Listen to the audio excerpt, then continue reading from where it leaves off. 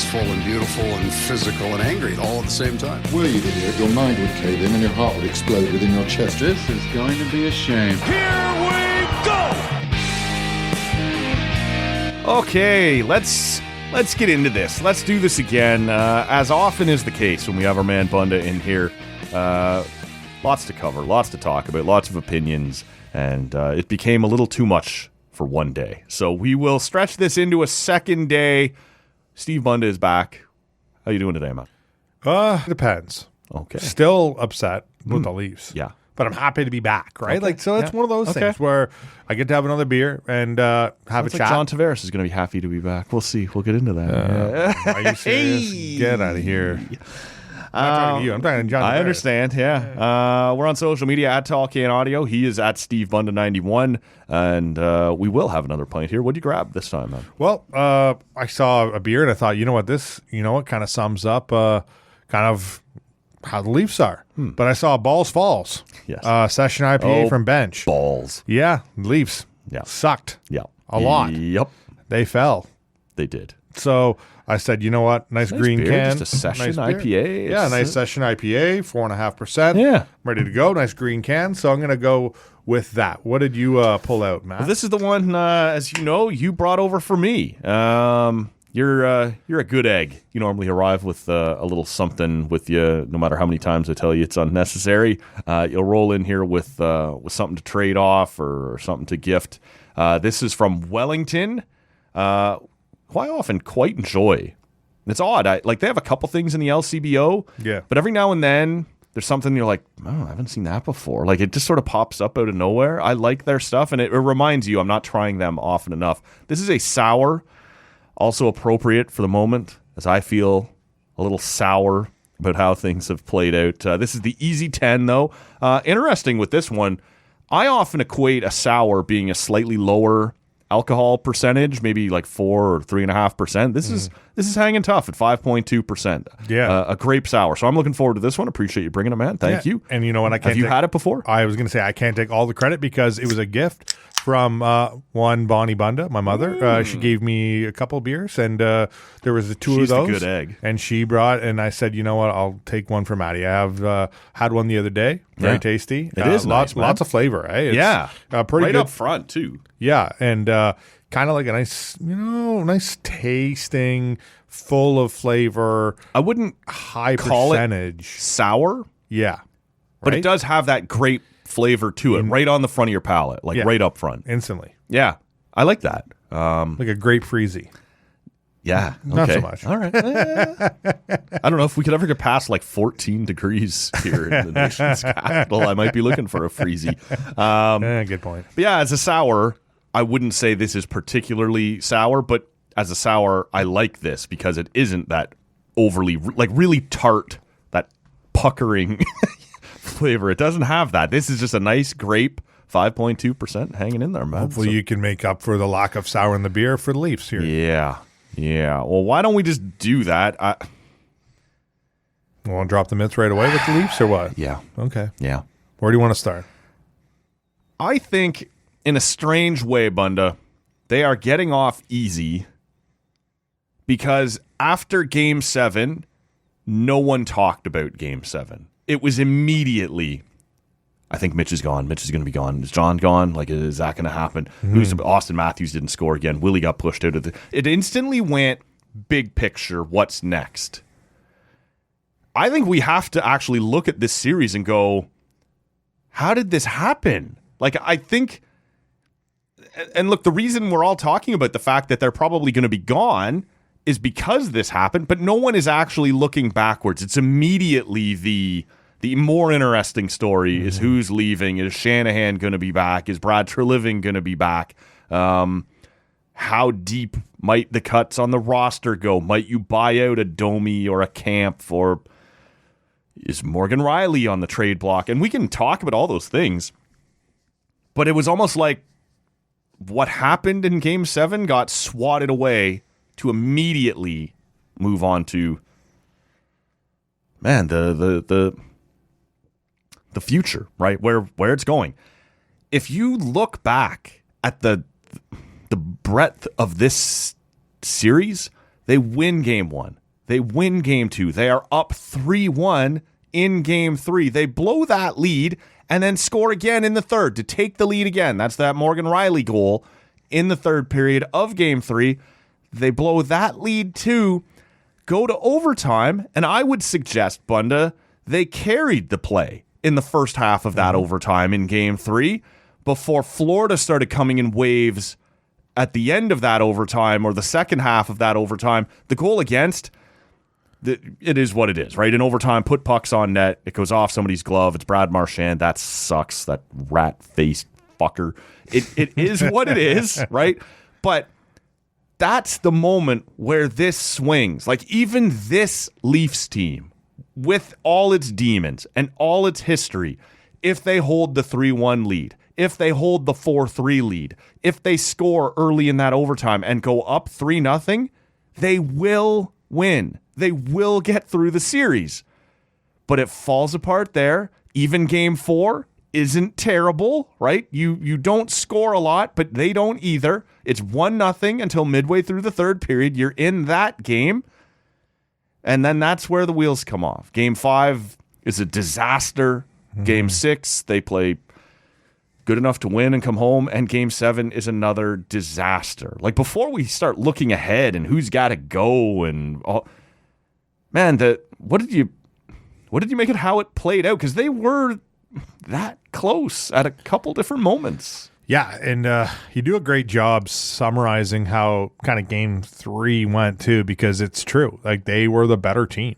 But again, the problem they always had against Florida was never the team that I thought carried the pace other than games 5 and 7. Yes. But in games 5 and 7, the Leafs, were able, especially in game 7, I thought at one point in the first period, it was like, okay, like Florida came out, they were the best team for the first 10 minutes of the game. Yeah. They were shot attempts were 22-0 in the first 10 minutes. Well, it was crazy. I think it was 7-0 Florida, and then the Leafs came back and it was 7-7. And okay. The way the first period kind of ended, I think it was like 8 or 9-7 for the Panthers. But it was a crazy first period. And at the end of that period, you're like, you're the home team. You're supposed to be the ones who swarm early. But given our history, you'll take that. Scoreless first period. Oh, yeah. You survived their wave. You pushed back with a wave.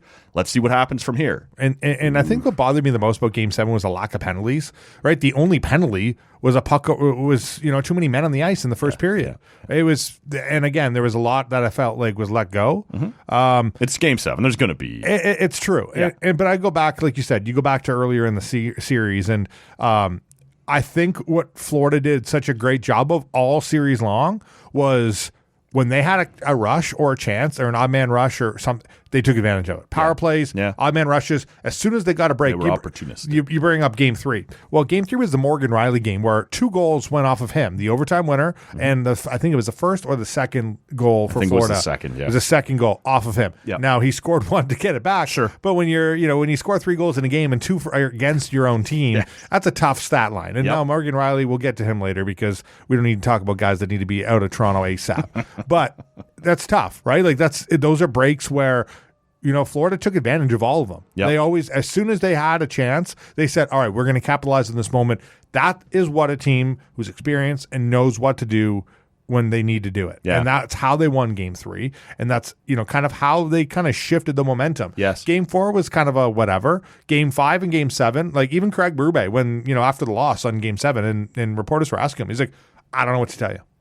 Yeah. And it's the same thing. Like everyone watching, it's just like, not only were these guys bad, Game 5, man, the worst players on the ice were Austin Matthews and Mitch Marner. Yep. They caused, I think, 2 of the goals. Like, it was just pathetic how bad their effort was. It was so bad. In Game 7, they weren't much better. No. And now, and Willie joined them. Like, I have often Willie defended and so did Willie. John Tavares. I thought the big 4 showed up in, Game 6. I had often, that Marner to Matthews goal in Game 6 to make it 1-0. You're like, okay, that's a good start to you guys like rehabbing your image here a little bit. I have often defended Nylander when the big 4 gets roasted, partially because I'm biased. I like Willie; he's my favorite of the group, but his numbers had backed it up. Marner's got points in the playoffs, but they all come in games 1 through 4. In games 5, 6, and 7, if you look at the way it breaks down, his points per game go off a cliff. Nylander tends to be a little bit of a slow starter, and look, that's not ideal either, but his points per game trend up in games 5, 6, and 7 over the course of these this tenure for this core 4. And so I tend to set him aside when we talk about the core 4 crumbling and whatever else, because Willie just seems like one of those guys who isn't affected by it, for better or worse, because there are times where you need him to be more affected and care a little more. But he puts up his point. In games 5, 6, and 7 in this series, he got pushed out. He was completely... There are some damning videos of him in game 7 just flying by, scrums along the board, not touching anybody, not paying attention to the puck to go for it. Everybody wears this one, right? This was brutal in how it fell apart. And it felt very much to me, man, like in game 5, Florida was driving a stake through the heart of the core 4 era, right? Or even if it's not the Tavares part of it, the 2 years before that where it was Matthews, Marner, and Nylander. And everyone knew, you're a Leaf guy, you've been watching this team. It was never out of the question that they'd go win game 6. Oh, yeah. This is what they do. They're going to stretch it out. They're going to make it as painful as possible. But to come back and have game 7 somehow be worse than game 5, to have a game 7 performance where fans are booing you for half the game, throwing beers on the bench, throwing jerseys on the ice. And look, that's douche behavior. Don't throw stuff on the ice. But you can boo all you want. You can flip them off all you want. Like I've said on this show a few times before, Bunda, that's not me. I think people boo too easily. If you're paying that kind of money to watch this, and there are people out there saying, the spoiled Leaf fans and this and that. If you pay that kind of money for 9 straight years to watch, look, you get to be pissed. You get to be pissed. Yeah. And I won't judge you for booing. I will judge you for throwing shit on the ice during play and stuff where people could get hurt. That sucks. Don't do that. But you get to boo. You get to be pissed. You get to leave if you want. Like, this was a shit show, man. It's tough. And I agree. It's tough. Like, you side with the fans because of how upset you are, but you don't side with the actions, right? Like, that's the toughest part. It's like, I see them throwing the jerseys on the ice, and even Austin Matthews talking about it. I think it was after game 5, and he's like, yeah, I didn't give them much reason to not. Yeah. Right? Like, Did you see how many people left? And he's like, we didn't give them any reason to stay. Yeah. And he realizes it. But my point is, I wish he would just understand that. And, I think he understands it. Understanding it would be not letting it happen every year for the last 8 years. Not showing up. Like, again, Austin Matthews, and you know what? Go ahead and tell me he was hurt. Because I'll sit there like the old man in The Simpsons, and that deserves a paddle. I don't need to hear that Austin Matthews has been hurt. I've heard since fucking January the guy's been hurt. Yeah. And I don't need to hear that he's hurt anymore. I don't care how hurt he is. You're in the lineup, play. You can't just hide behind time for that. Yeah, I do. I have slightly more time. I do have time for the idea that he was hurt. Yeah. But at some point, you seem to be hurt pretty often. Hey, well, that's my point. Like It's last been since year, January. but even before that, like last year, he was ill. He had something going on. Shoulder injuries. There was another wrist. There's so many things he's dealt with. Because in between his 50, 60 goal years, there's always a drop-off season of 40 or 30 goals or whatever. 33 was his goals this year. Right. And so, legitimately and realistically and rationally in my head, I go into this going, you know what?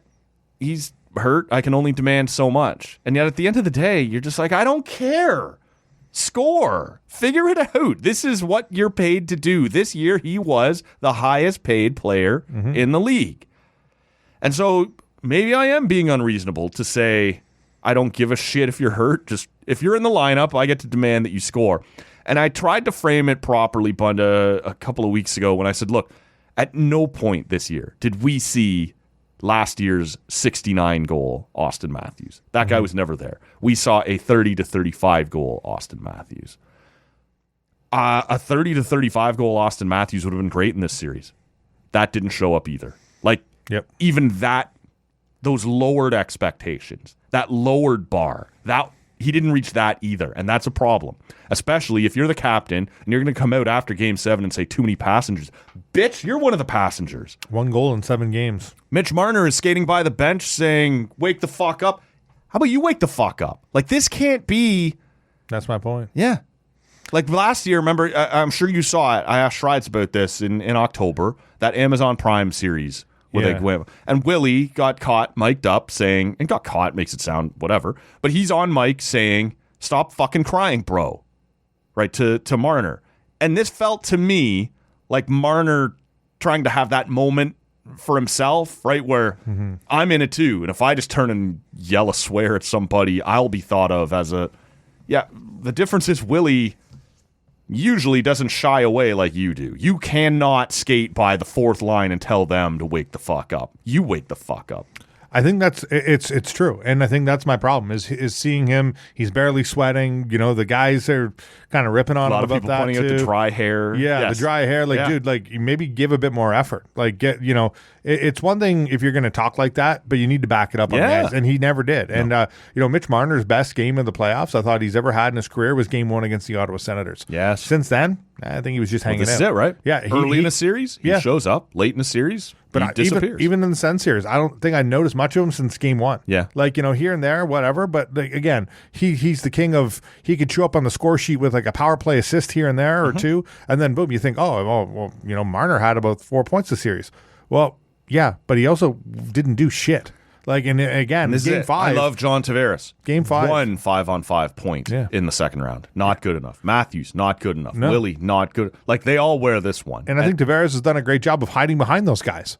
Right? Like, he's been able to kind of not take as much heat. It's like the dude literally was not at all a factor against the Florida Panthers. I think that's right. And I have traditionally defended him because I think people are over the top with their criticism. At 34 years old, and that guy puts up another 35, 38 goals or whatever in the regular season, he's, this was the year of that contract that was supposed to be a disaster, and it wasn't. But in the playoffs, he got pushed out like a lot of guys did, and that's... But it's been every I understand. year. And that's the thing. It's he's part of the 4 guys that have just... It's the same thing, right? And so I think that's the frustrating part about it is...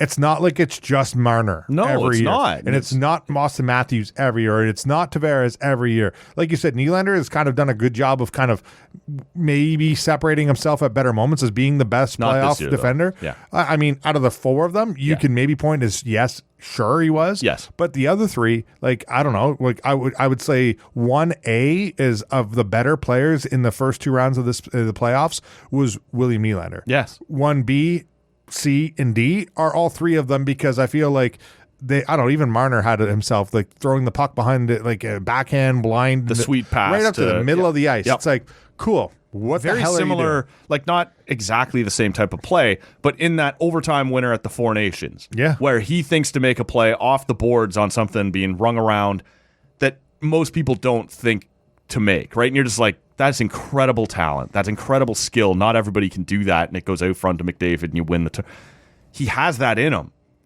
But that's one of the only times I can remember seeing that in a high-pressure moment. And we don't know how high-pressure that was. How seriously were those guys taking that 4 Nations tournament? Obviously, it ramped up, and it did matter a bit.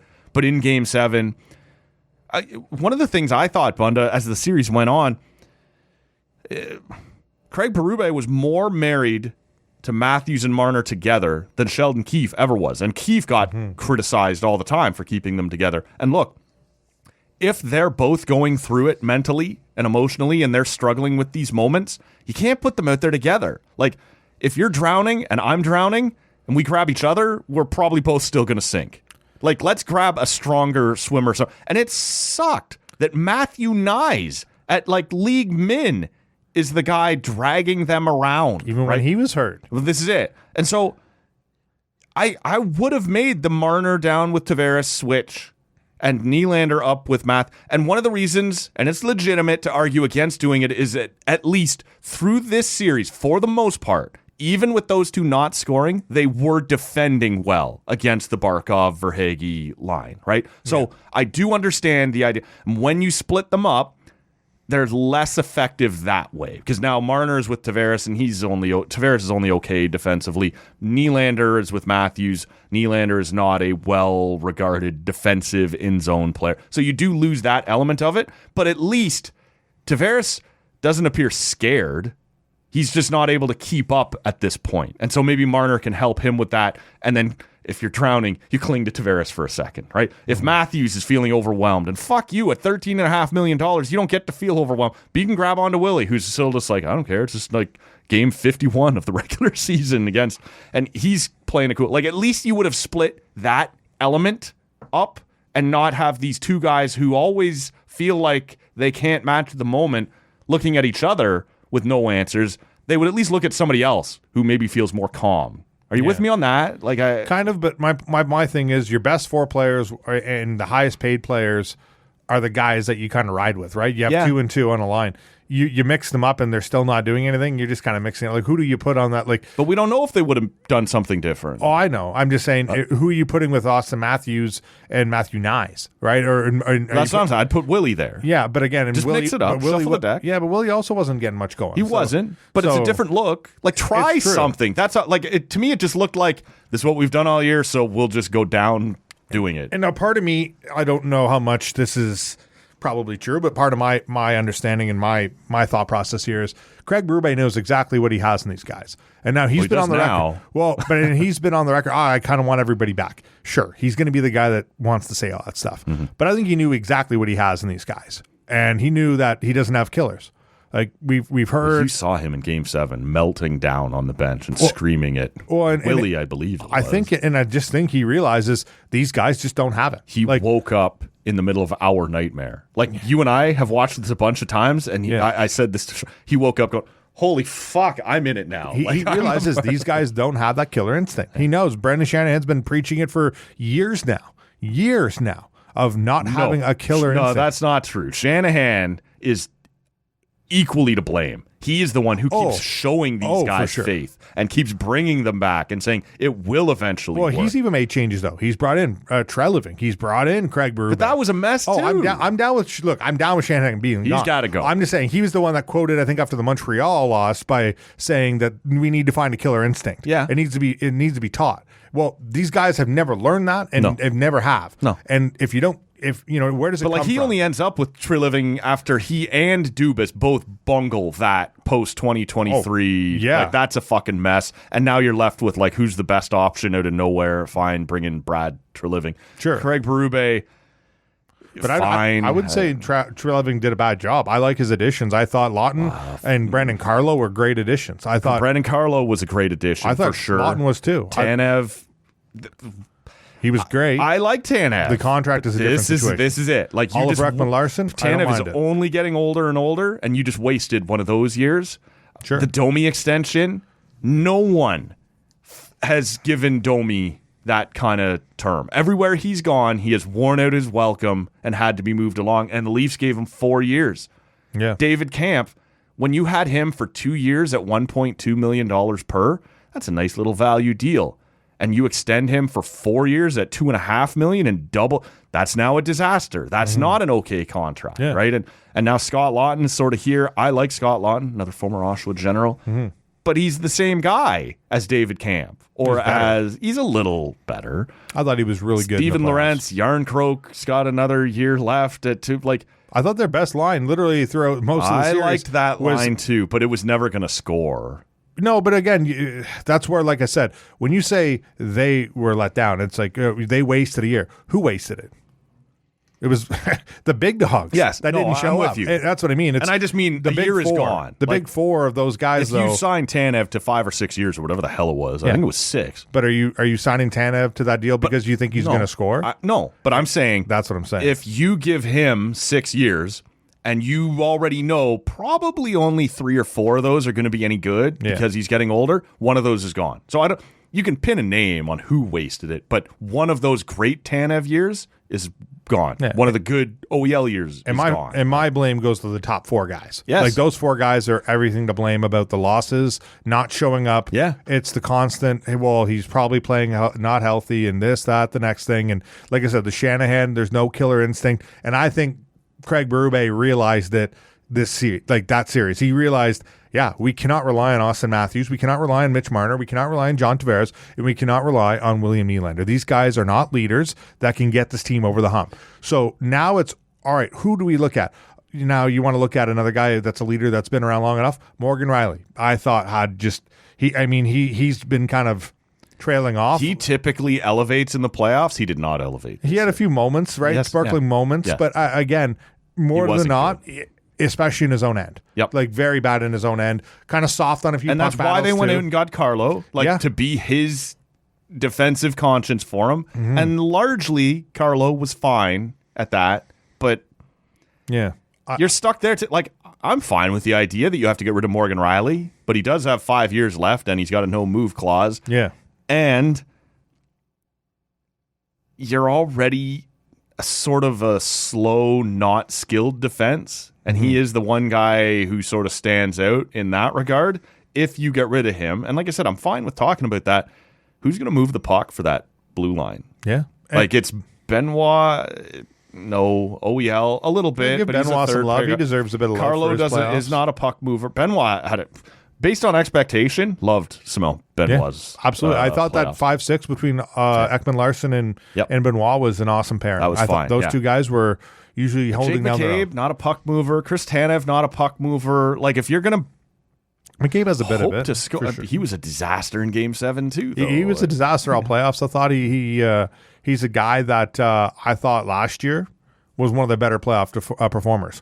This year, just a different guy. He was not nowhere near because I thought he had a good first round against Ottawa. I was okay, but he didn't stand out too much. And in round 2, he was a disaster. And 2 years ago against Florida, which was his first year in Toronto, he was a disaster against them too. Like, I wonder if it's something about their style or something they've got on him that because he's not looked good at all in how they against Florida. And like I said before, like you can go down the list. I think you can maybe come away with 5 Leaf players that I thought had solid playoff, and Matthew Nyes is absolutely one of them. Sure. And Max Pacioretty. Yeah. Well, again, but based on expectation, what did you expect to get from that guy, and what you got from that guy? He was fine. Credit to him, man. I called him out of the lineup about 5 times, right. and I think he finally then started scoring game-winning goals against the Senators, and he had some big games against the Panthers, and I'm like, all right, you know what this guy did. Don't you find, like, Bunda, the craziest part of this for me right now is, I don't know if you and I talked about this, but if you and I had sat down before Game 1 and said, what's your prediction for this series?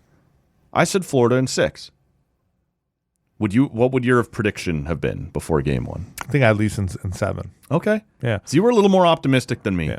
Leafs in 6 or 7. I can't remember what I put down. I had it written somewhere. Picked Toronto to lose this series to the defending Stanley Cup champions. Yeah. There's no shame in that. And somehow they still managed to piss me off. Somehow, in going ahead and losing in 7 instead of in 6. In theory, you're 1 game better than I thought you'd be against Florida. You still shit the bed so hard that I came out of a series I expected you to lose going, you're losers. Mm-hmm. Like, how do you... we have reflected on the series. They are going to move forward somehow. They've been trying this year to re-sign Marner. It's Marner who's been saying, no, I don't want to talk yet. He turned down a trade to Carolina for Rantanen. Asshole. Yep. Pretty bitter Selfish. about that. Pretty bitter about that for sure. Imagine that. And yet understanding he's got the clause in his contract that was given to him legit, and his wife's about to have a baby. I wouldn't have moved either, but I'm pretty pissed about it. My only problem about that is he's likely not signing with the Leafs again. No. So you're going to go walk somewhere else now, which is not going to be Toronto. Yep. So regardless of if you were going to accept a trade somewhere or not, now you're going to pick to where you go. So you really don't. Well, the kid's born now, and you get some time. Yeah, you can't say though that I want to play and stay in Toronto, and then you go and you sign somewhere else, but you kind of screw your team over at the same time. But this is the thing That's that the I was going to say business, is the Leafs haven't been trying to part ways with him.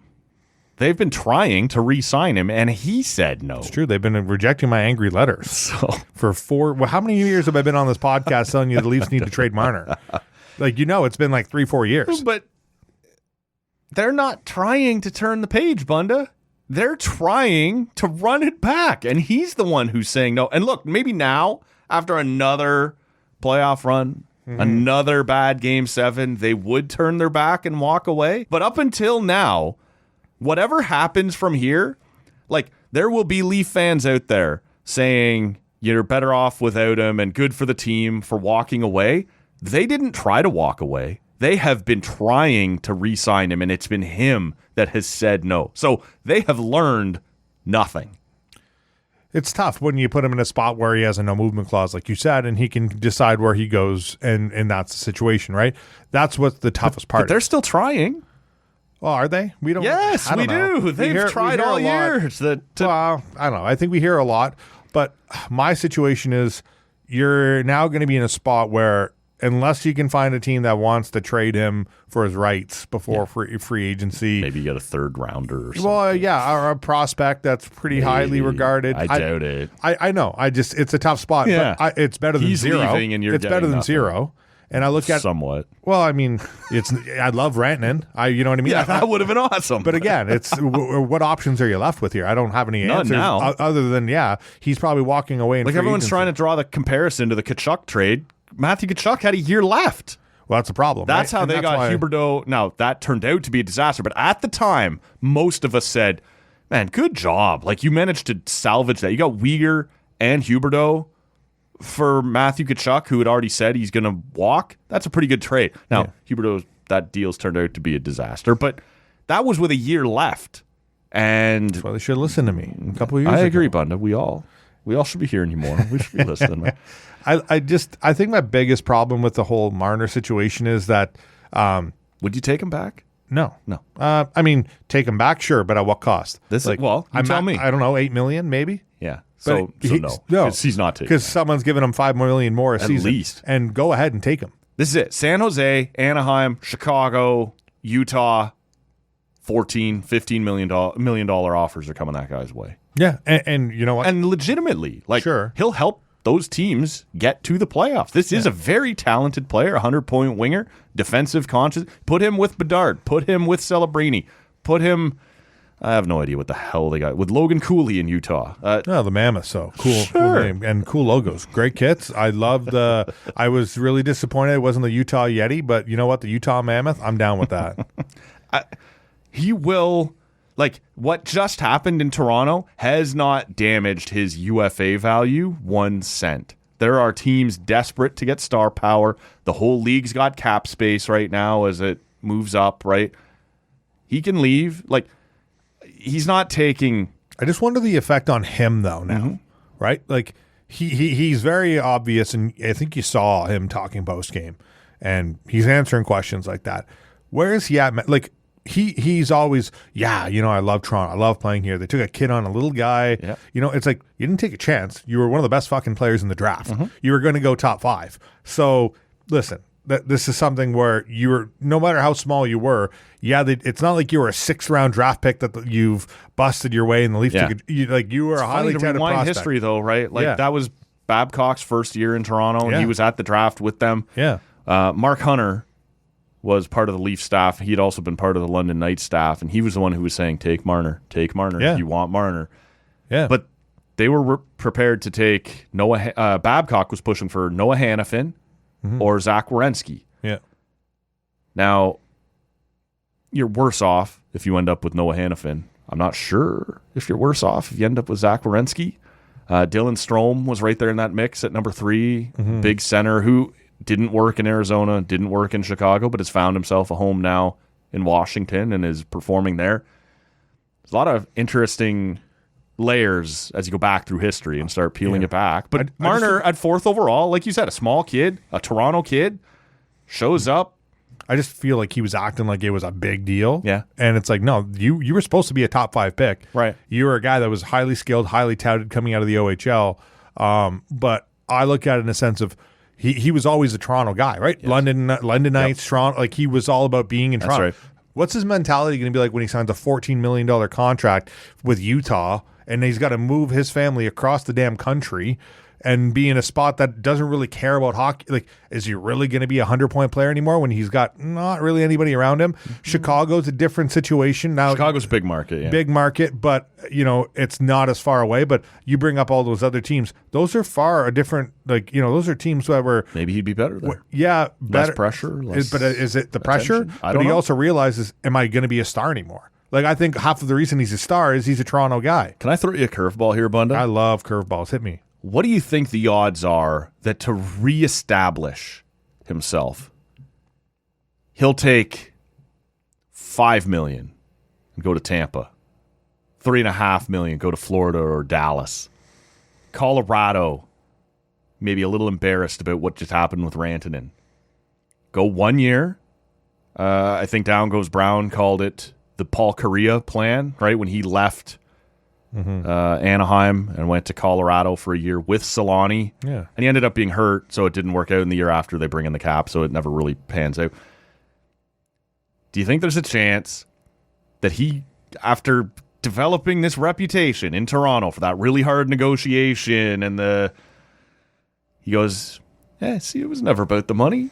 I just want to win cups, show up, play somewhere that's already got a well-established winning culture. My only problem with that curveball is why you're not doing that in Toronto. Because this is not a winning culture. But the point is it's not a winning culture because he's making so much money. That's a big part of it. And I think the biggest thing is the money that was shelled out between him, Tavares, Austin Matthews, and eventually William Nylander was the fact that, again, in big games, none of them show up. Yep. Well, maybe if he's playing for less money, he's not the biggest guy anymore. But again, I see if you go sign in Colorado for $5 million just to try and win a cup, just a 1 year deal, not long term, just to reestablish your value. And go I just don't think he's. No. I think there's somebody out there that's going to pay him $14 million. There is. That's going to give him a chance to be just as good. But that comes with a price, right? Your reputation says I ran to San Jose away from the headlines, away from the spotlight, took my money, and I'll just ride it out. But that's my whole point about the whole thing. This guy is going to talk about how he loves Toronto, he loved his time here, this, that, the next thing. But then you're going to turn down a trade because, I don't want to leave Toronto. But at the same time, you're going to walk away in free agency. For me, it says a lot about if you just say, look, I want to win and I just care. Like, I think my favorite quote of the other day was Matthew Nyes when somebody asked him about an offer sheet. And he's like, I just want to play in Toronto and that's it. Yeah. That's it. If Austin Matthews comes out and before taking any questions on that locker cleanout day and says, hey, look, before we get to your questions, I want to address what Paul Maurice and Matthew Tkachuk and Brad Marchand are saying about this being a difficult place to play and there being too much. Fuck that. We love being Toronto Maple Leafs. We love our fans. They deserve to be pissed at us right now. We will figure this out. We will get it right. But anybody not part of our group, our community, our city can shut up. This is our thing. It totally changes everyone's perception of it. Instead, it doesn't even come up. He never mentions it. He doesn't. Well, and I think the problem with that, too, is it goes because, again, you go back to the loss against Montreal in the bubble. How many years ago was that? 21, man. Exactly. And that was when Brendan Shanahan used the line, we need to develop killer instinct. Mm-hmm. No one's developed it. No. None of these guys have shown up in the big games when they've had them since then. They've been in some tight series. It's just you're at a spot where this team, and especially in Austin Matthews, but Mitch Marner is the guy we're talking about mainly here right now. I look at Mitch Marner and, okay, you have kind of hidden underneath the Austin Matthews, right? And like I said, John Tavares is kind of hid behind both of them.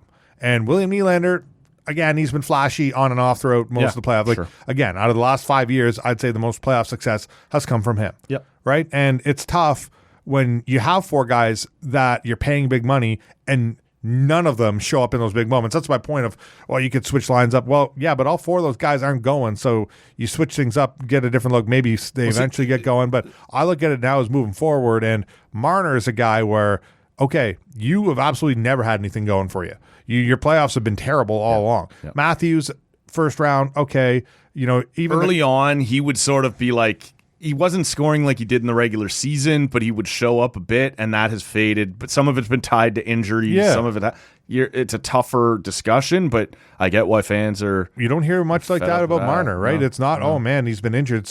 It's This guy literally just doesn't play playoff hockey. So you said you haven't necessarily totally slammed the door on Marner. If he wanted to come back for 8 or 9, you would talk to him about it. I would say, yeah. That will never happen. You and I both know it. But Tavares, you totally slamming the door on him? And if not, what's the number that you would talk to him about? I don't know. I wouldn't pay him more than 6 a year for sure. See, I'm less than that. And that's maybe, as you know, I'm an Oshawa guy. I've loved that guy since he was an Oshawa general. I think I saw the number of 5.5 though, and people are trotting that out in 6. If he wants to come back for me, it's 5 or less.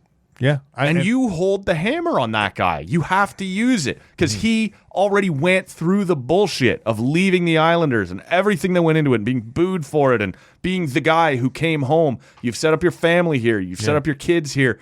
All of it. Are you really getting up and leaving now? Like if someone will offer that guy $7 or $8 million for a short-term deal, 2 or 3 years, similar to the Claude Giroux deal, only Claude Giroux was coming home. Do you want to leave and go play in some of those same cities that I just mentioned for Mitch Marner? The young teams that need a good, steady influence in the locker room, somebody will give that guy 7, 7.5, $8 million. Or are you so comfortable in Toronto, you have set up here, that the Leafs can grind you and twist that screw until you say yes to $4.5 million? If that's where we go, and he's willing to stay for that and become, over the next couple of years, a middle 6 winger, let's do it. But you have to grind him on the cap hit because you have to establish you're not the big dog in the room anymore. If you ever were, right? Yeah. The cap hit goes with that. People assign leadership and value to what you're making in the room. If you are willing to come back for $4.5, $5 million, I got time to talk to you. Otherwise, if you still want to make money, and it's not like $4.5 million isn't money, you got to go do it somewhere else. Made a lot of it already in his career too. You got to go do it somewhere else. I think his perfect role in on a Leafs team would be, you know what, like you said, third line center or winger. Yeah, like one. He's an amazing centerman, right? He's great at faceoff. One of the best faceoff guys. Yeah, and so I think that value is alone. We've seen guys just get paid, right? All and live careers because they can be a 3rd and 4th line guy. Look, I think that they have a solid they don't have bottom a second line. So. Well, that's the problem now. Is I think you need to reslot everything, and you need to find another top 6 winger, but a top 6 centerman now that I don't think you're expecting to go looking for. You know, a lot of my problems with I think what happened is you saw guys like Robertson and Kampf come into the lineup for Game 5. Or sorry, Game 6. Yes, and then they won Game 6. No. Yeah. Did they not switch the lineup of? They came in for Game 5, got crushed, and then lost Game 6 when they took them back out. And then didn't switch again. No, because they won Game 6 on the road. I understand, but those changes for Game 5, which is what I would have done coming home when you controlled the matchups. That's when those guys came back in and you lost that game. Mm-hmm. I look at guys like even I think Pat Reddy was talking about what if he wants to be back. Again, these are guys that I don't see the value. If you're bringing Tavares back, I think you slot him in as a guy and you sit him down and be like, look. You might be a 2nd line center for 1 more year, but you're basically a 3rd line winger and centerman for the rest of your life as a Leaf fan. Now, do you want to be a 1-year deal guy and say, hey, do I want to come back? Do I want to do this? But you kind of got to separate yourself from this guy being a leader and a captain. We have to make it clear. You are not a big dog anymore. You are not a guaranteed You're not a big PP1 guy. You are, yeah. And again, you can put him out PP1 as a guy that's in front of the net. But we're not promising you that. We're not guaranteeing you that. No, I mean he's a power play guy and a he did just score 38 goals. So he'll be fine next year. Will he be 38 goals again? Probably not. 30. The only problem is where are they going to find these other top 6 guys? That's the problem. Is the Leafs are a big problem, man. And like you said, same with Morgan Riley. I thought he was terrible, and would I like him gone? I've always liked Morgan Riley. I've always been. I like Morgan Riley, the guy. Yeah, and I've liked his play. Like again, this year was tough. It was his probably worst year of hockey ever. Like it was tough to watch him be as bad as he was. And playoff Mo, like you said, he was usually a guy who showed up and scored big time goals. Again, defensively, he's just different. But the Leafs are in a spot now where you don't have many prospects that are going to jump into your lineup next year and be like, okay, shit, because a lot of these guys are your Matthew Nyes, your Nicholas Robertsons, the guys. Matthew Nyes now. We got Easton Cowan coming. Yeah, we'll see But where are you What? putting him? And is he a jumping into your already line 2? Now that's where, like I said, he's a guy this is you not could maybe your slowly move along on Marner your line replacement. 3 Right, centerman, yeah, right? right. And you have Tavares one more year at line 2. But again, it's a tough spot to be there because you're again kind of, okay, we're going to groom a guy and we're going to see, and you're not leaving yourself any room for error. Nope. So I look at the sense of, okay. Are you okay with the idea that they aren't a cap team next year? Look, you just go, we're not going to lock ourselves into a shitty long-term contract just because we have to do something. We're going to let Marner walk. We'll talk about the Tavares thing, Well, 4 or 5 Nyes million. contract, right? Nyes is going to jump up big- to like 7-8 million, something like More that. than that, maybe. Maybe. Is he going to sign long term, or is he going to be a bridge deal guy? So maybe you just go, look, our guy isn't out there. Like, I think the thing this has is- to be is somebody has to be out there. you waste another Tanev year and another OEL year. Like, your group is actually pretty old, right? Like, it's one of the oldest teams in the league. And so are you prepared to, when I say waste another year, look, I think they would still be good enough to make the playoffs. You'll acquire something at the deadline, as you always do, and we'll see what happens next year. But then in that offseason, do you find your guy? Is there another spot? I can hear people already groaning at their headphones, at their stereos, at whatever. Oh, yeah. When I say that number 97 in Edmonton has not yet committed long-term and can't yet. I understand. Yeah. If he signs on July 1st, there will be a lot of very sad people in the GTA. But the longer through the summer that goes without him extending in Edmonton, and you've let Marner walk, and you've got this gaping hole in your salary cap, are you prepared to just sit back for a year and go, we'll talk next summer. We'll see. Yeah, and I think that's a problem that I've had with the Leafs so far is they've kind of locked themselves in with that core 4. Yeah. Where if you would have 2 or 3 years ago shooken it up by trading a Marner or a Nylander or a Tavares or any Matthews, I know Matthews was the kind of guy you probably were never doing that to. Yeah. But I think to mix things up, Would you listen now? Are you fed up enough that if someone made you an offer for him, would you listen? Who? With Matthews? Yeah. Depending on what it would be, but I have a hard time believing that they'll give you whatever. You're trading him at his lowest possible value. now. Well, that's the problem, and I look at the situation now as where the Leafs are in I'll this. be honest, I'd listen to anything right now. Yeah, I mean, but again, you're still hurt, right? I am.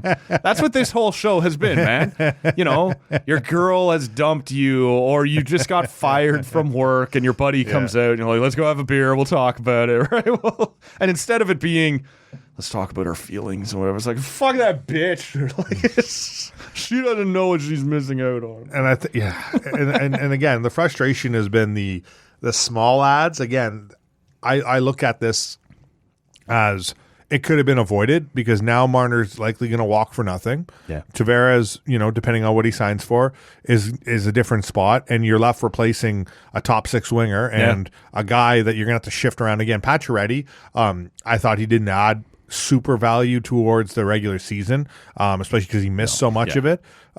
He was better in the playoffs than I expected, but you can find. But he also kind of disappeared a lot. A little bit, he had his moments. I thought juggled him around. And if you're just going to pay a guy to run around and finish his hits, well, you know what? I thought Lawton did more than enough of that. I thought they're fourth. Like you're paying he's back Max. next year. I'll take Max Domi over him. What he's doing. God. Just because I don't need. But again, Max Domi doesn't even finish his hits half the time. He was brutal. Most of. I think his Domi. best game was game 6. But I would consider buying out Max Domi. I wouldn't. I'm okay with Max Domi's contract. Shit penalties, shit in his own end. I think, I agree in a lot of that sense, but I think of all the problems this team has, Max Domi is far from anywhere agree with that, a top but 5 problem. I need somewhere to vent my anger. And that's where, like I said, my venting is towards Shanahan mainly. Yeah. This team not He'll be gone. trading. Perhaps by the time the 4-4. show's even released, he might be gone. Because you're when you leave it up to the free agency now, you're left with 2 holes that you cannot replace on the open market. Yeah. And There's nothing. Like, I would love to get my hands on Nick Ehlers out of Winnipeg. Yeah. He's not Mitch. Now, he's a better playoff performer than Mitch, but he's never been a 100-point winger. Like, you're talking about addition by subtraction. You're talking about changing the mix. If you went and got Nick Ehlers and Sam Bennett and Tavares to come back at $4.5 million, You're a different team. I don't know if you're a better team, but you're a different team. Let's take a run at it now. And I think they're eventually going to be a team where, and we're already starting to see it, where you have a lot of guys that are the same guys. You have a lot of guys that you can hide and take in and out of your lineup and replace them, like the Yarn Croaks. Yeah. I thought Camp and Holmberg. Exactly. Holmberg was a guy again. I don't know. Bobby McMahon, another guy. Like Bobby McMahon. These guys, what a disaster. Disaster. Like again, you have, and they kept saying on the broadcast, yeah, well, he's in the lineup because he's a big body. It's like, well, shit, then use it. Like, man, being a 2 seconds late and to finish your hit is really using your body. It's what did he go? 31 or he didn't score a goal. That's all I know. And my He'd thing gone is like 20 goals towards the end of the season. It ended up at like 29 games, 30 games, something like that, without a goal. What are you doing here? Well, and I think that's the thing is he never came out of the lineup, right? And when you see guys like a Holmberg, a Kampf, a Robertson, a Pacioretty, like these, you're getting into a lot of these third and fourth line guys that are all the same. So when you go out and you get a Bennett, like you said, Bennett, well, this team kind of already has a Bennett and a Scott Lawton. A little bit better. I'm just saying Bennett's a bit higher up, obviously, but I don't know how much you're paying a Sam Bennett in an open market to get him to sign there. Well, this is it. Is in a he year worth where it? everyone has cap space, you're going to bid your own fucking brains out here to when you have a Lawton for much cheaper and for another year. So I look at it in a sense of what's out there that you can really add to this lineup. This is it. This without goes back making to my a trade. question. Would you be prepared to go into next year with like $9 million in cap space and just say, yeah, look, it wasn't worth spending this year. It just wasn't worth My only problem is that stuff it dries up so fast. Yeah. Again, the Nyes contract is something I'm watching for sure because I think that's a spot where, I think you got to put that guy in a solid long-term deal. I'm not bridging it because that guy's a horse. Yeah. And you're buying him high now as well, right? Which sucks, but just do it. But just I think you're noticing a guy that I think is evolving and finally finding his own place. But he's like a Sam Bennett in the sense that Marner is an incredible regular season player who doesn't show up in the playoffs. Bennett is like 50 points, sort of whatever, through the regular season, and then is a playoff warrior. We saw Matthew Nyes as a playoff warrior. Oh, how many goals did he have in the regular season, too? He was almost at 30, right? Yeah, no, he's a good regular season player, but his value really shows in the playoffs. Yeah. The thing that's going to become tough in terms of establishing his value is like the Brady Tkachuk number. Mm-hmm. There aren't that many power forward types in the league anymore.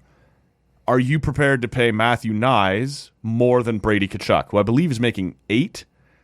So I think you put him in that conversation. I think so, because again, it's all about when you signed, right? And the cap goes up and the situation you're in and all of that. So he's going to want every dollar of that. Is he as good as Brady Tkachuk? No. But that's the type of player you're hoping he rounds into, even if he's Brady light.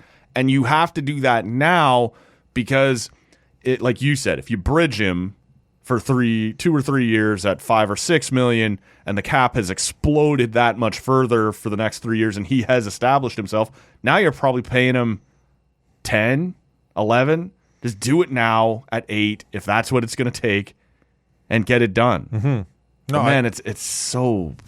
It's tough, and when you look that's at this, there's your Tavares money. It's gone. Yeah, well, and that's my point, is you can go into this season without it, but I think the biggest thing they're going to do this year is look at Matthew Nyes' contract, and that's going to get ate up. You look at it, maybe a couple other, holes you fill in the lineup. That $9 million goes snap of fingers. Yeah. It's gone. And I look at it, too, where, there's a lot on this team that I like. And so it is, though, right? It's 11 for Tavares and almost 11 for Marner. So let's say you're letting Marner walk. Tavares you're bringing back, in my world, at 5. Max. Nyes is moving up to probably 6 or 7. So now you're at Tavares' 11 has been spent, right, on his own, re-signing and the Nyes deal. And now you're into having to replace Marner. And all the talk has been you want to try and bring in 2 guys instead of 1. You still need a number 2 center. Mm-hmm. If it is going to be Sam Bennett, that's a bidding war that probably lands you higher than you want. I don't know. 6, is he 7, really 8. a number 2 center? I don't know. I like him as a 3 center. That's what I mean. I want to go get Ehlers, but now you still don't have a center. Yeah. They're in a bad spot, man. They are. The one good spot that I think no picks, no prospects. Their D, I think, is okay. D's fine. I think the goaltending is okay. I think Like, I'm with you. I'm pissed at Morgan Riley right now. Yeah. I don't like that contract, and if I could find a reasonable trade, I would consider it. But if they run back this D next year, I won't hate it. Like, it'll be fine. You can live with that. I like a lot of the pairings. I like, again, I thought Morgan Riley was just terrible. I'm hoping it was a bad year. Yeah. But again, I look at this. I look at goaltending, and I think Stolarz and Wall showed you that these two are a very good 1A, 1B. I don't blame a lot of Wool for the games 5 and 7 because the teams were terrible. He wasn't great, but no one was good in front of him. No, and I don't think he let any "oh my god, are you kidding me" goals. Right? I think there were a lot of the fourth one in Game 7 was Yeah. kind of a backbreaker. But we go into game. We look at the fourth goal. You're already 4-0. Yeah. So fuck it. Yeah, it was a bad 3-0. It was over. Yeah, and so I don't know. I think where the big things are avoidable, you've missed that window. Yeah. I think they had a window 2 years ago and last year to shake things up and put yourself in a better spot. Now they are where they are, and I don't know how they fix it, but they're going to have to make drastic moves. Yes. And what are you doing? Are you going to be making a major trade where you get rid of a William Nylander to just try and bring in two pieces for the price of one when really you're not? Well, You're not really You doing- can't trade Willie if you're letting Mitch leave. That's what I'm saying. You're stuck. It's you're in a tough spot where you can't trade any of these guys anymore. Marner, what are you going to get for him? I don't know. Maybe if the team wants to give you a first round pick to negotiate with him and sign him to a deal. It's way too high. You're talking like a second, third round pick. I'm just saying, at if a most. team wants to, hey, look, if you got 5 teams bidding for him that want to pay him $14 million, something tells me one of them Someone are good. gets their hands on him. Yeah, early. yeah. They have Maybe. they have an extra first or a second. Maybe. Yeah, I could Because see a lot of those young teams, you're right, do have extra picks. Like maybe you can start a bidding war there. Yeah. But you are not getting what you should have gotten for him, right? He's leaving on the But that's on the again, sheet. that's where, like I said, your opportunity to solve all these problems and kind of change things up was 2 years ago and last year. That's right. And now you're in a spot where you'll be lucky to get a first if you can trade Marner's rights to somebody that really wants to negotiate with him. Otherwise, I don't know where you're at, and I don't know how you fix this thing. For me, you look at free agency, there's nobody there that can replace these two guys right away unless you bring them back for cheaper. Weak ass free agent class. And If you they- can go out and blow your brains out and spend if you want to, if it'll make you feel better. But I think you might be better off. And look, the McDavid thing is half a joke, although I am sort of keeping an eyebrow raised until We all I see are, right? him Until sign. Yeah. But next year's free agent class is better. Maybe, Crosby maybe you had that talk going about around. a Kaprizov. Maybe you talk like there's some names potentially that could be available. So I don't think you need to blow your brains out this year, but it would require some patience from fans who have already been very patient. Look, we have to, at some point, wind this down. Do you have any thoughts on Florida, Carolina, or Edmonton, Dallas before we get out of here? I kind of want to see something different happen in the Cup final this year, but I can't help but believe that it's going to be Florida, Edmonton again. Same, yeah. I did not watch any of the game last night because I was neither. caught watching the Charge, man. Ottawa Charge, This is and I'm still like, are you kidding me? I'm not going to stay up to watch this Florida Panthers team that just soured me on the Leafs. Yeah. But I would like to see different teams in there. I think Dallas would be such a great story. Most of the playoffs missing their guys. Yeah. Like you Robertson and Heiskanen Yeah. now back. said, Rantanen. Unbelievable what that guy's done. Yeah, like, dude, when That season that guy has the had. hat trick against your former team in Game 7, Yes. when you were losing 2-0 Just with driving 10 minutes. the fucking stake through their Oh, heart. that was craziness. And I'm thinking of the whole time, all I could think, it was like, shit, he could have been a Leaf. Like, Fucking Mitch. not only are you not playing, but you're not helping out your team. Mm-hmm. Like, ultra selfish. Ugh. Paul Marner's never liked me on this podcast. It goes back to years and years of me saying trade Mitch Marner. All right, the other series you asked me about, I do think that Edmonton gets through Dallas pretty quickly. I think they get Quickly too, eh? I think 5. Wow. I think 5 is what they're going to do there. We see often, and whether it's sports, but teams that get that second chance at the Super Bowl or World Series or Stanley Cup, when you have those elite players, they don't mess up. I already was And it surprised. does look like they said not for games 1 or 2, but game 3, perhaps Ekholm is back in the lineup for Yeah. Edmonton, which would be huge, right? He stabilizes that entire blue line for Yeah. them. Well, in 97 will carry that team regardless, I think. And that's the problem is whether it's a good or bad problem is the guy can like, again, they were down 0-3 to Florida and he forced game 7. Yep. He put that team on his back and carried them all the way there. Now, What is it like? They lost games 1 and 2 to LA. Yeah. And they've lost one game since? Yeah. And look at Florida. Like the same thing. They lost, 5-2 to Tampa? Yes. Then they lost, what was the score in game 1? I don't even remember. Leafs won big, though. Yeah. And it was, okay, like, hey, we could take Florida. Sure. They get their Turns shit out together pretty quickly, eh? cannot, yeah. They've done that twice now. But, like, in terms of Carolina, I don't really have a vibe on them. They just kind of feel like such a team of guys. Yeah. And it's They like, get to the conference final reasonably often and always lose. They are 0-13 yeah. in their last 13 And Leaf fans games are in the complaining conference. out there. Well, this is I think I saw a stat, though, where it's like the Leafs have 2 playoff wins since the lockout in 2004, and the Buffalo Sabres Series have wins. 4. Yeah. And they haven't made the Right. playoffs in 14 years. But when you look at Carolina, and this is the type of stats you're talking about, right? When you go, they've lost 13 games in a row in the conference final. Yeah, that means you've been swept 3 times and lost game 1 here to Florida. But, like, we're going back 9 years. Like, the guys who were on that team aren't on this team, so it's sort of an unfair comparison. But as a fan, as you and I know, as Leaf fans, you don't really care about the roster tone. I've been here the whole time. I've had to go through it all. I've seen the whole thing. So, yeah, I'm curious, or I'm surprised to hear you say you've got Edmonton rolling through I've got this both teams in quite 5 so games. fast. Yeah, to me, Dallas is too good for that. I'm still a little worried about Stuart Skinner. And look, last year it happened. He started okay. Then they had to take him out and go with Pickard because he couldn't do it. And when they put him back in, he was fine again. He got going. So maybe we're looking at that. And Ekholm coming back is going to help them. But, man, I just – you get Dallas – they are this good, man, and Heiskanen is only going to get better as he gets less rusty. Robertson, Jake Ottinger looks like the real deal right now, like playing that well. Look, this will come out on Thursday morning, so everyone will already know how Game 1 went for Edmonton Dallas. But I'm tempted to take. I guess I'm going to look like a fool again. I'm tempted to take Dallas.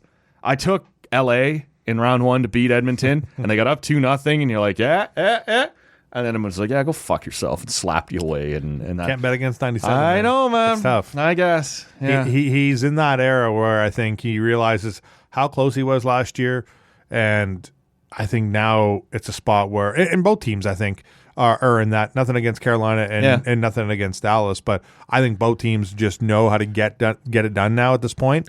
Yeah. And they're in those spots where So we're heading to a rematch. I think we're heading to a rematch, and I think it's going to be an interesting rematch. Check back, I guess, in a week and a half. We will. But I like Dallas losing in 5 games. Yeah. You like them winning. I like Edmonton not in winning. 5. Like, to me, this is a long series either way. You think That's Dallas in 7? I would say Dallas in 6 or 7. Okay. Yeah, this is what's fun about Yeah, this yeah. stuff is because I'm with you, though. Florida's taken out Carolina. I don't have a vibe on Carolina. That was part of the frustration about Toronto losing. I think Toronto had a really good chance And against Carolina. Now, Toronto was going to get beat by Dallas or Edmonton, so they weren't winning a cup this year, in my opinion. Yeah. I think they were in a good spot to beat Carolina. Yeah, and Carolina to me is just a guys team where it's like, all right, like they don't have any mega superstars. Yeah. Where I'm like, oh man, they really want each. They just have a bunch of really good Yep. role players and solid, really good NHLers. Our man Freddie Anderson. Freddie Anderson, yeah, locking down the pipes. Sure, man. That's Why not? Yeah, but it's Count on that. That'll be steady, no doubt. No. Steady Freddie. Yeah, it's steady, Freddie. It's just, I like the way that Florida played against the Leafs and it kind of showed like this is a team that can take advantage of what they, any kind of little opportunities they get in a playoff game or a series, and that's the big thing. So I just like both teams of being like, all right, we just like, Florida Panthers feeling good. That's a hard fought. We were down 0-2. We can't, And they just rolled into game 1, eh? Yeah. Like, this is always the discussion. Would you rather be the team with rest who's coming out fresh or the team who comes straight out of a game 7? I You're hate pedal that down. too. I get it, but Florida tonight, this year, settled that debate with we're coming out pedal down. We're still running hot, and Carolina couldn't keep up in the first period. I dig that part. I hate that it's like, all right, Western That was 2 days. Western Final was figured out Saturday night. Yeah. And it starts Wednesday night. Yeah.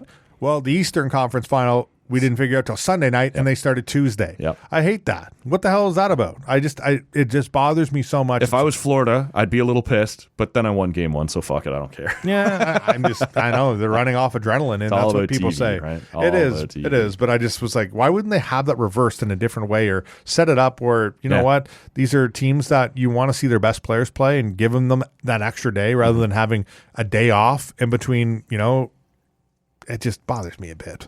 I hear you, man. I don't like that. Lots of things that we talked about today I didn't like.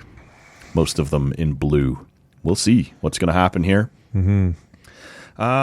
As I said, man, a bit of an Irish wake here. A bit of a, like I said, you got dumped, you got fired, you got whatever. We really needed, and we were talking off air about this and kind of planning it. Steve Lloyd, our pal from TSN, was maybe going to drop by. He's today's pigeon, right? Yeah, it's normally Creed. We could have used him. Yeah, he could have gotten in the middle and told us to shut the fuck up. Both of us were complaining too much, and added some smiles and some smiles, some better options. That's for what us. we're looking for, Lloydie. Some smiles. I don't know. Lloydie can bring them. Yeah.